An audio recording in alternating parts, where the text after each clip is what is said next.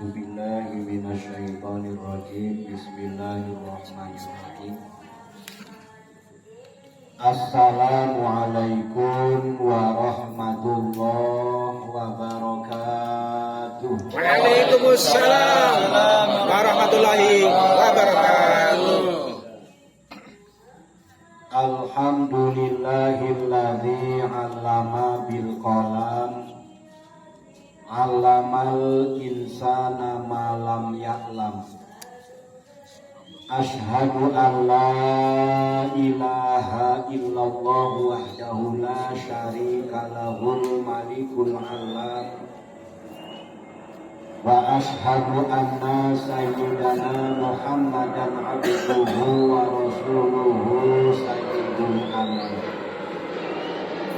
Allahumma sholli wa sallim ala sayyidina Muhammad Sallallahu alaihi wasallam wa ala alihi wa sahbihi ulil ilmi wal irfan, amma ba'd.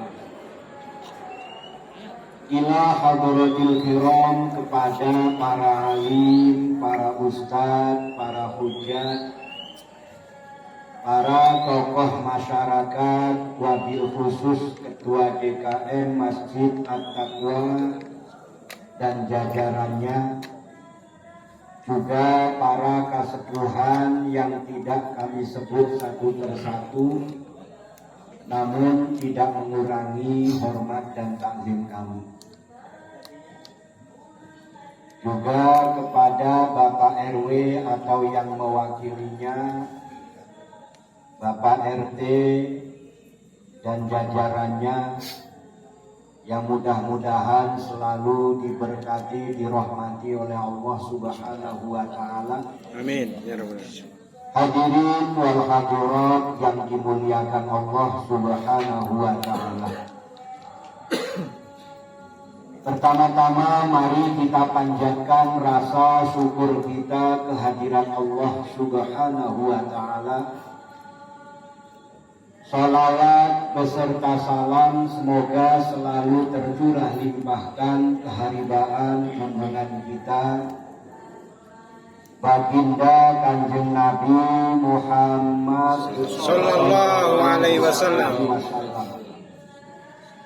Semoga kita semua mampu mentauladani akhlakul karimahnya, mampu melaksanakan sunnah-sunnahnya dalam kehidupan kita, dan semoga kita benar-benar menjadi umat yang selamat dunia dan akhirat.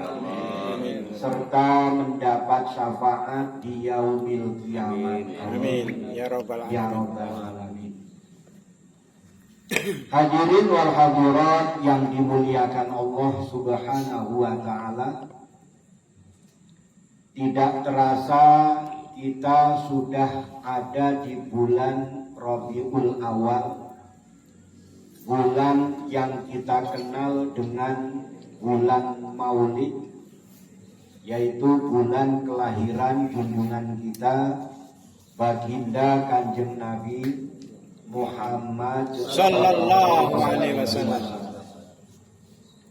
Bulan yang sering diperingati sebagai peringatan Maulid, peringatan lahirnya junjungan kita Nabi Muhammad Sallallahu alaihi wasallam,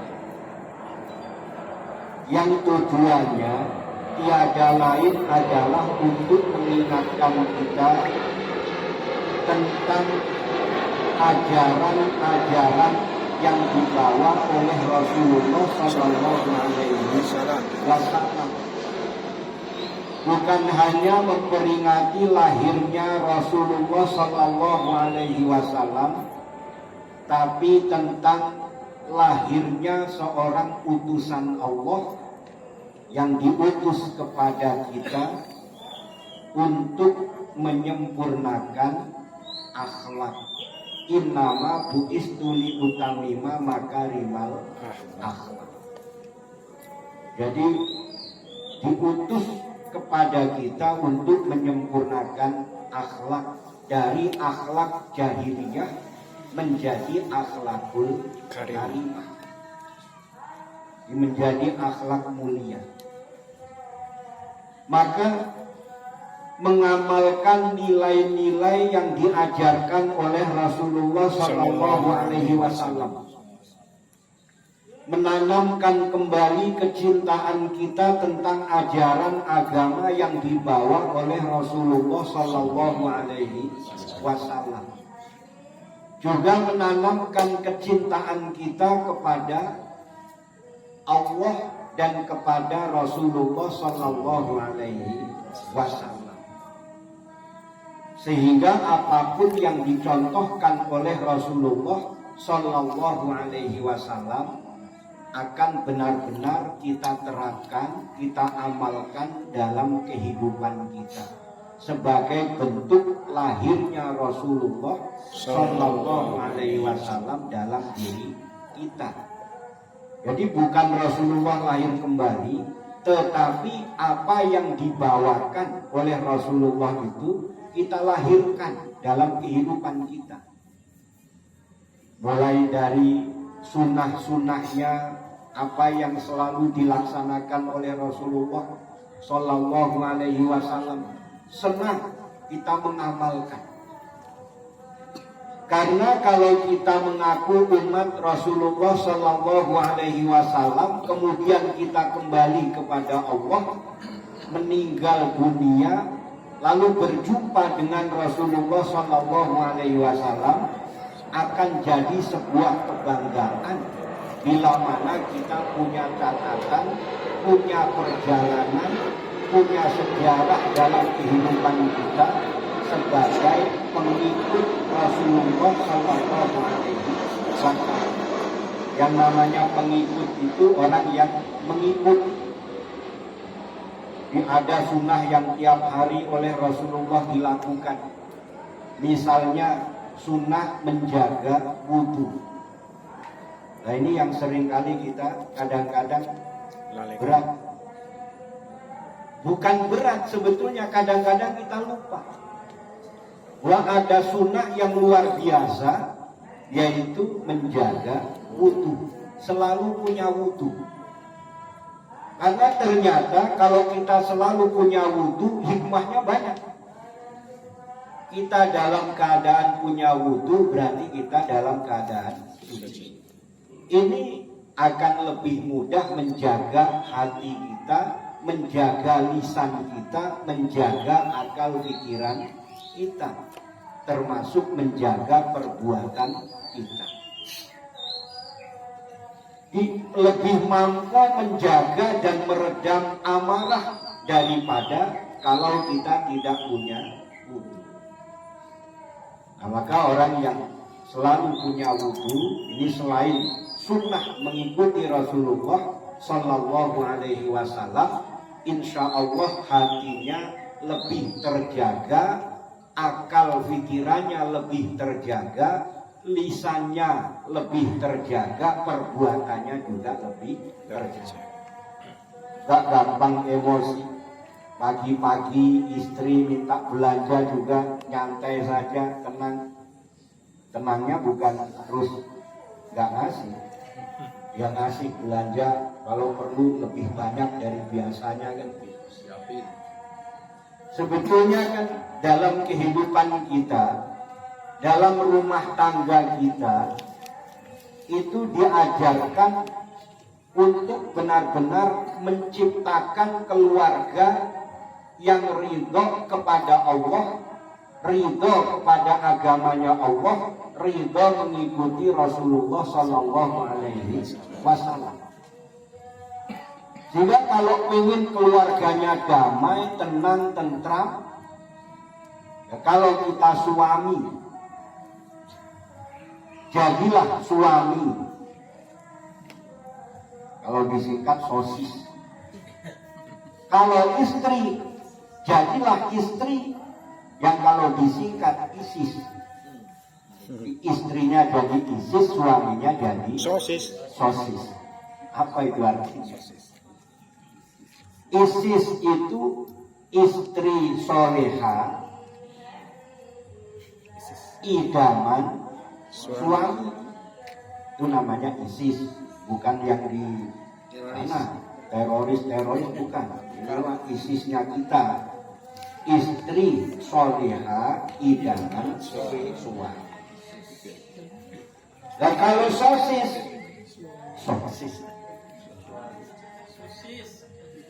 suami sosis itu suami yang solih Idaman. Sosis zaman istri. Suami yang solid, idaman istri. solih dan sayang istri. Kalau nggak salah solih sayang istri. Ya kalau salah sama saudara sendiri. Ya. Nah ini menciptakan keluarga yang akhirnya saling mencintai juga karena Allah Subhanahu wa Ta'ala. Ada lagi sunnah yang selalu dilakukan oleh Rasulullah Shallallahu Alaihi Wasallam selain menjaga wudhu. Apa? Sholat berjamaah. Maka kita melaksanakan sholat berjamaah itu yang harus kita tumbuhkan di hati rasa senang, rasa bahagia karena mengikuti sunnahnya Rasulullah Sallallahu Alaihi Wasallam. Ya tadi ketemu dengan Rasulullah kita ini bangga. Karena apa? Pengikutnya Rasulullah, mengikuti sunnahnya. Ada lagi sunnah Rasulullah Sallallahu Alaihi Wasallam, yaitu qiyamul lail, selalu sholat malam. Sholat malam itu kalau tidak biasa mungkin berat. Tapi kalau kita mulai tumbuhkan rasa senang, rasa bahagia, kita tumbuhkan ridho kepada Allah, maka insya Allah dengan hati senang, dengan hati bahagia, sholat itu tidak akan terasa berat oleh kita. Maka kalau ada orang cerita sholat itu sampai semalam suntuk, jangan kita tidak percaya. Kita tidak percaya karena kita tidak melakukan. Ada orang yang sholatnya tiap malam sampai 40 rakaat. Jangankan 40 rakaat, ada yang sampai semalam suntuk. Karena apa? Sudah merasakan hatinya senang bersama Allah. Itu kalau belum ditumbuhkan, jangankan 40 rakaat, sholat tasbih saja kayaknya kok gak selesai-selesai. Sholat sekali diajak sholat tasbih, besoknya kapok, kelamaan sholatnya. Tapi kalau kita coba sholat itu benar-benar kita rasakan, hati kita merasa menghadap kepada Allah, sebuah kebahagiaan, satu kebanggaan kita ini sujud kepada Allah Rabbul Alamin. Allah yang maha segala-galanya, kita sujud kepadanya. Nah ini satu hal yang akan membawa hati kita senang, bahagia. Nah, kalau kita sholatnya masih belum merasakan bahwa kita ini butuh Allah, menghadap Allah, dan nanti kita akan membayangkan menghadap Allah dengan hati bahagia, maka sholat ini akan berat. Apalagi yang sholatnya karena ini kewajiban. Kalau sholat ini karena masih merasa sebagai kewajiban, akhirnya sholat yang penting juga gugur kewajiban. Asal sholat belum merasakan sholat yang sebenarnya sebagai mi'rajul mukminin, penghadapan seorang mukmin kepada Allah Subhanahu wa Ta'ala. Bukan hanya lahirnya, tapi juga sampai kepada lahiriah dan batiniah. Di hatinya juga menghadap Allah, akal pikirannya. Dan memang akal pikiran kita ini ya sering nakal. Kadang-kadang kita lagi ngopi, lagi ngobrol, nggak kemana-mana, akal pikiran kita bisa fokus. Tapi pas giliran sholat, ngobrol dengan Allah. Sholat itu kan berbincang dengan Allah. Akal kita kadang-kadang malah kemana-mana. Ya bukan kadang-kadang, malah sering. Atau malah kadang tiap sholat. Tiap sholat. Ngeluyur kemana-mana akal pikiran kita. Nah, yang kita jaga supaya fokus kita merasakan Allah itu dekat dengan kita. Maka saat kita sujud yang kita rasakan, ya benar-benar kita sujud itu di hadapan Allah Subhanahu wa Ta'ala. Ini yang ingin kita temukan, nikmat sholat. Karena Rasulullah SAW, nah ini juga sering kita bahas di pengajian ini, kita ini diperintahkan supaya mencari manisnya iman atau nikmatnya merasakan iman. Tafaqadul halawata fi salasati asya. Carilah manisnya iman itu dalam 3 perkara. Yang pertama fi sholati, dalam sholat. Wa zikrillahi, dan di dalam berzikir. Wa qiraatil Quran, dan yang ketiga dalam membaca Al-Quran. Jadi temukan nikmatnya kita sholat. Saat sholat itu seperti apa? Sholat nikmat. Sholat yang benar-benar merasakan kita damai, tenang, tentram, sehingga merasakan khusyuk, berkomunikasi dengan Allah Subhanahu wa Ta'ala, merasakan bahwa itu panggilan Allah.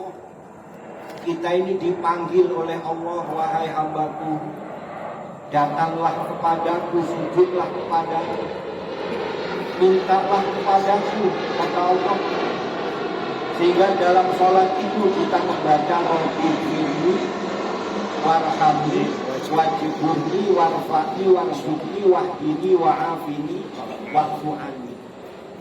Kalau kita hayati, kita resapi, kita rasakan permohonan kita, dan kita yakin Allah itu maha mengabulkan, maka insya Allah apa yang menjadi segala kebutuhan kita sudah lengkap dalam doa kita waktu sholat.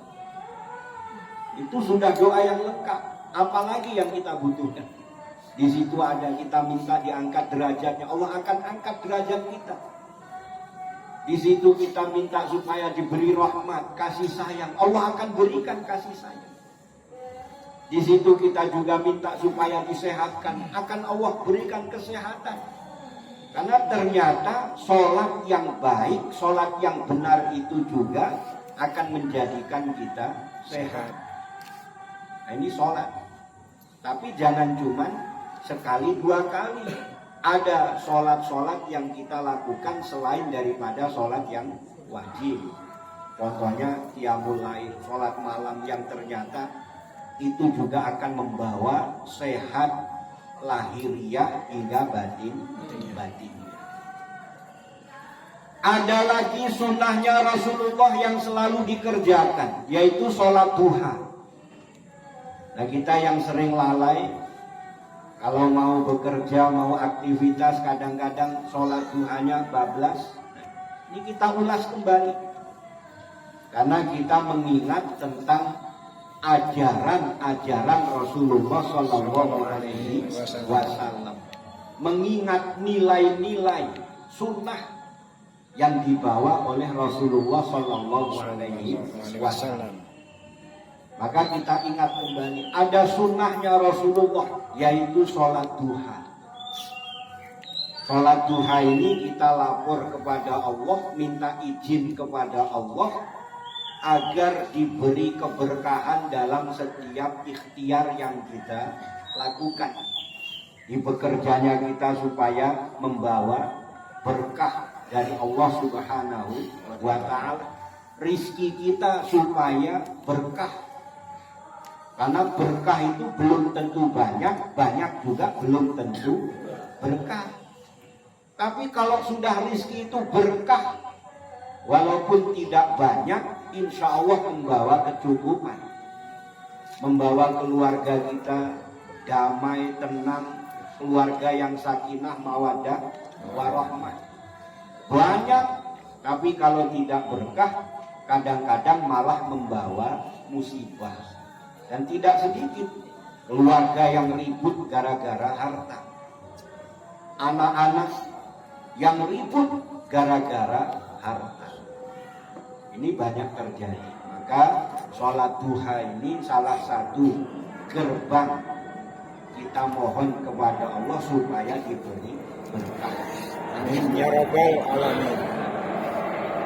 Ada lagi sunnahnya Rasulullah Shallallahu Alaihi Wasallam yang selalu dilakukan, yaitu berzikir kepada Allah Subhanahu wa Ta'ala.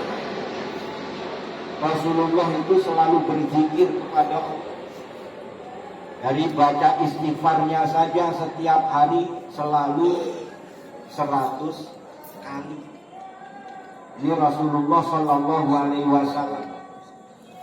Kita kadang-kadang kurang dari 100 kali. Padahal Rasulullah itu orang yang sudah dijamin oleh Allah, sudah maksum, orang yang dijamin surga oleh Allah Subhanahu wa Ta'ala, bahkan bisa memberi syafaat kepada umatnya. Itu pun selalu beristighfar kepada Allah Subhanahu wa Ta'ala. Ada lagi sunnah Rasulullah Sallallahu Alaihi Wasallam, yaitu membaca Al-Quran. Nah, kita ini kadang-kadang, bukan kadang-kadang, sering kita melihat orang itu punya Al-Quran yang masih baru dan ditaruh di lemari, masih utuh. Kiranya itu Al-Quran baru, ternyata dari zaman nikah sampai punya cucu Gak dibuka. Al-Qurannya masih utuh. Soalnya jadi kenangan dari mas kawin, seperangkat alat sholat dan Al-Quran dibayar tunai. Itu Al-Qurannya disimpan, termasuk alat sholatnya juga disimpan awet, karena nggak dipakai-pakai. Al-Qurannya juga nggak dibuka-buka, disimpan di lemari sampai punya cucu. Kirain itu Al-Quran baru, nggak taunya puluhan tahun masih awet. Nah, maka dengan kita masuk bulan Maulid ini, kita tumbuhkan kembali rasa senang, rasa cinta, rasa bahagia dengan membaca Al-Quran. Karena membaca Al-Quran itu sama saja dengan kita berkomunikasi dengan Allah Subhanahu wa Ta'ala. Kalau kita ingin tahu siapa orang yang bisa bercakap-cakap dengan Allah selain dengan sholat, yaitu dengan membaca Al-Quran. Akhirnya kita mengerti, itulah firman Allah Subhanahu wa Ta'ala. Nah, ini sunnah-sunnah yang kita kadang-kadang masih banyak yang ditinggalkan. Padahal kita ini nanti khawatir kalau suatu saat ketemu dengan Rasulullah Shallallahu Alaihi Wasallam, kita mengaku umatnya, tetapi ternyata kita tidak menjadi pengikutnya, tidak mengikuti ajarannya, tidak mengikuti sunnahnya. Maka kita bahagia hadir di majelis taklim, kita duduk, walaupun hanya mendengarkan, tapi hati kita niat lillah karena Allah, niat untuk melanjutkan syiarnya Rasulullah Shallallahu Alaihi Wasallam. Apalagi yang di akhir zaman ini, kita pengajian misalnya 1 minggu 1 kali, sementara kita melihat gadget kita tiap menit, tiap detik. Di situ bermacam-macam hal bisa kita dapatkan. Kadang bukan hanya yang baik, tapi juga yang buruk. Malah kadang banyak pendapat-pendapat orang ateis disampaikan di situ. Pendapat orang-orang non-muslim, orang yang di luar Islam. Kadang-kadang remaja-remaja kita ini gampang terbawa. generasi muda, anak-anak kita, anak-anak muslim kita ini gampang terbawa pengaruh dari perkataan atau dari pernyataan orang-orang di luar Islam. Sampai tidak sedikit yang menganggap di luar Islam itu lebih baik. Tidak sedikit yang menganggap bahwa agama di luar Islam itu lebih baik. Padahal Islam ini sudah jelas-jelas al-Islamu ya'lu wa la yu'la alaih. Islam ini benar-benar agama yang diridhoi oleh Allah. Inna dina indallahil Islam.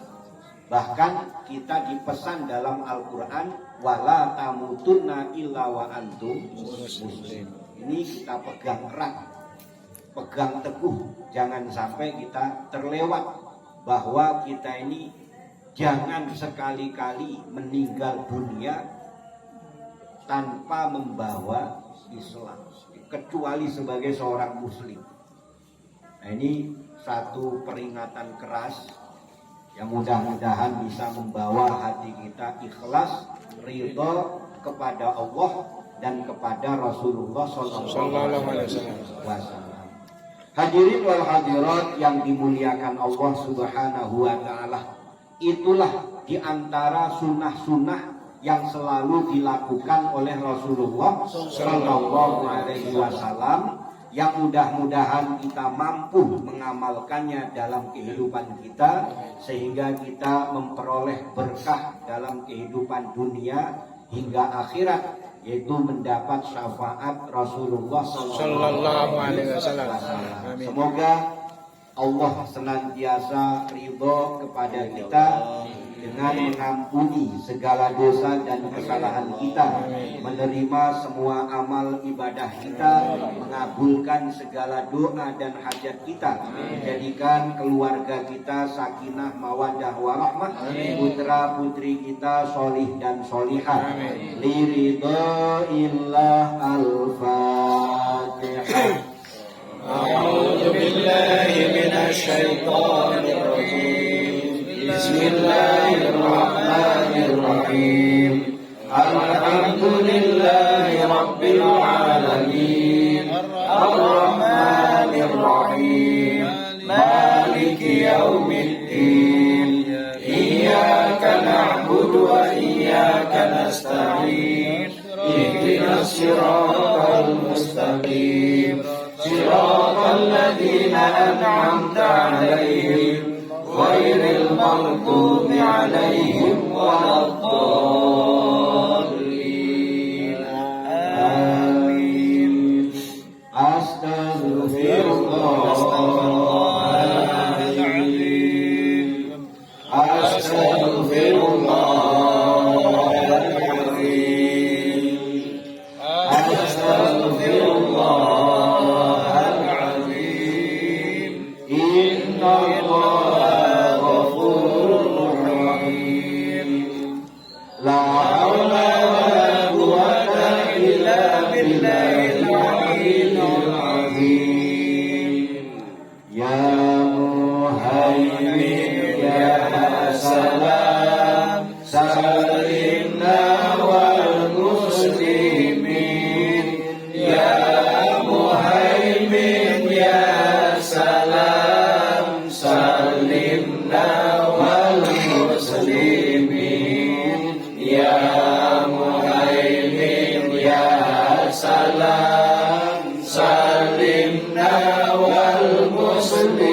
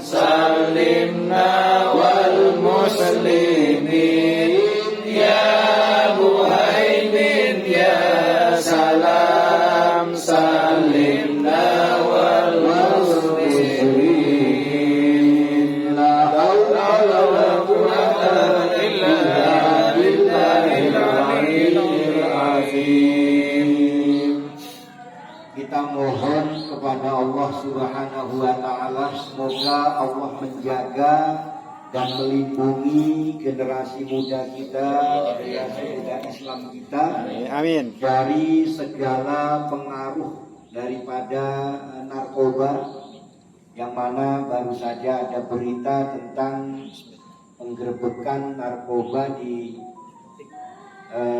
PIK yang sampai 1 ton sabu-sabu, Allahu Akbar. 500.000 butir ekstasi dan lain sebagainya. Ini sangat-sangat membahayakan, tapi kita bersyukur sudah tertangkap. Hanya tidak menutup kemungkinan masih ada banyak di tempat-tempat lain. Kita mohon kepada Allah supaya Allah menjaga dan melindungi kita semua beserta amin ya Allah, turunan kita. Liridha'illah al-Fatihah.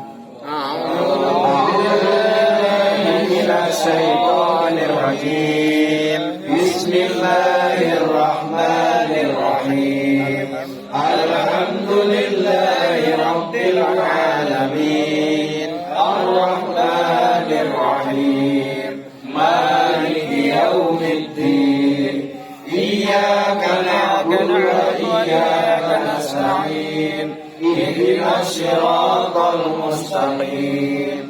Siratal ladzina an'amta 'alaihim ghairil maghdubi 'alaihim waladdallin. Amin. Allahumma anta rabbi la ilaha illa anta khalaqtani wa ana 'abduka wa ana 'ala ahdika wa wa'dika mastata'tu. A'udzu bika min syarri ma sana'tu. Abu'u laka bi ni'matika 'alayya wa abu'u bi dhanbi. Faghfirli fa innahu la yaghfiru dzunuba illa anta. Allahumma anta rabbi la ilaha illa anta khalaqtani wa ana 'abduka wa ana 'ala ahdika wa wa'dika mastata'tu. A'udzu bika min syarri ma sana'tu. Abu'u laka bi ni'matika 'alayya wa abu'u bi dhanbi. Faghfirli fa innahu la yaghfiru dzunuba illa anta. Allahumma anta rabbi la ilaha illa anta khalaqtani wa ana 'abduka wa ana 'ala ahdika wa wa'dika mastata'tu. A'udzu bika min syarri ma sana'tu. Abu'u laka bi ni'matika 'alayya wa abu'u bi dhanbi. Faghfirli fa innahu la yaghfiru dzunuba illa anta ya Allah. Allahumma shalli ala sayyidina Muhammad sayyidil awwalin wal akhirin. Amin. Wasallim radhiyallahu ta'ala an kulli sahabati Rasulillahi ajma'in. Amin. Alhamdulillahi rabbil alamin. Hamdan syakirin, hamdan yuwafiqu wa yukafi'u mazida. Ya Rabbana lakal hamdu wa lakal syukru kama yanbaghi li jalalil karim wa 'azimi sultanik. Allahumma ighfir lana dzunubana wa li walidayna warhamhuma kama rabbayana shighara. Al-jami'il mu'minina wal mu'minat wal muslimina wal muslimat minhum wal amwat. Allahumma a'inna ala zikrika wa syukrika wa husni ibadatika. Allahumma nawwir qulubana bi hidayatika kama nawartal arda bi nuri samsika wa qamarika abadan abadan. Rabbana atina fid dunya hasanah wa fil akhirati hasanah wa qina azabannar. Walhamdulillahi rabbil alamin. Demikian, tentu banyak salah dan hilaf, mohon dibukakan pintu maaf yang seluas-luasnya. Akhirul kalam, billahi taufiq wal hidayah. Wassalamualaikum warahmatullahi wabarakatuh. Waalaikumsalam warahmatullahi wabarakatuh.